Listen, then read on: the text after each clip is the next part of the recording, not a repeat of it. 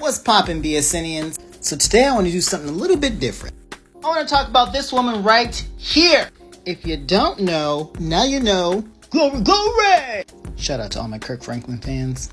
This woman is Octavia Butler, the first black woman to have a successful career as a science fiction writer. The first black woman to win a Hugo and a Nebula, and the first science fiction writer to win the MacArthur Fellowship, also known as the MacArthur Genius Grant, which you might know from this little thing here. You know, Lin-Manuel won the MacArthur Genius Grant for this, just so you know the category of writer that she's in, and honestly surpasses.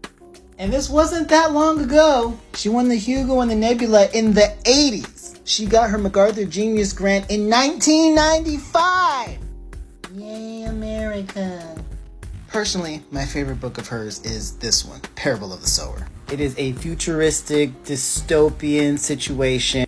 It's actually based out of Pasadena, which a lot of stories are not based in Pasadena, if any of you know where that is.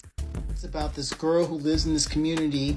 Everything goes haywire. She thinks she's safe in the community. Eventually, she's not. The outside forces break into their safe community, kills her family, and she strikes out to build a new life for herself. She meets these people on the road, and it really plays with the idea of what God is. Her philosophy in this book is that God is change. Everything we touch changes.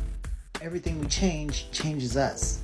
It's honestly probably my most favorite book of all time. Oprah has a question of what book do you give away the most?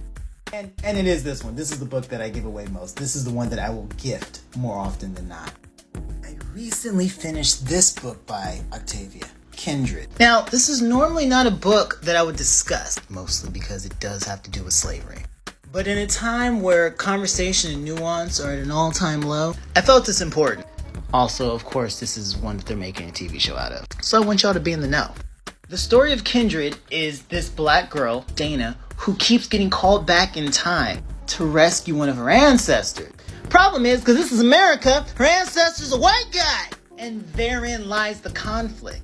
If she were to go back and just let him die, her whole family doesn't exist. She doesn't exist, but she's being pulled back into the antebellum South. Think Watchmen or Lovecraft Country.